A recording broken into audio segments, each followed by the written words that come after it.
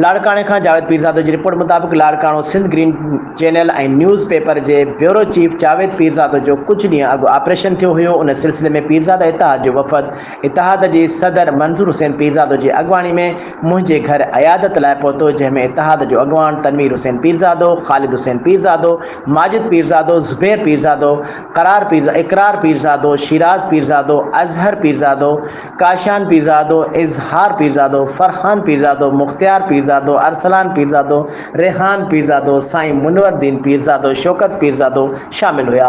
जॾहिं त पीरज़ादा इतिहाद जा कुझु अॻवान इराक़ ईरान वियल हुआ, हिकु ॾींहुं अॻु वापसि थिया आहिनि। उन करे अॼु अयादत पहुता, जॾहिं त इतिहाद ऐं पीरज़ादा कम्यूनिटी खे मज़बूत बणियल आहे। गौर वीचार कयो वियो त जॾहिं PP MPA जमील अमन सुमरो सां मुलाक़ात कई वेंदी, असां PP सां साथ रहंदो। हुन वक़्तु बग़ैर कंहिं लालच जे PPA जो भरपूर साथ ॾिनो वञे। जनरल इलेक्शन दौरान जमील अमन सुमरो जी मौजूदगी पीरज़ादा इतिहाद पारां PPA में शमूलियत कई वई।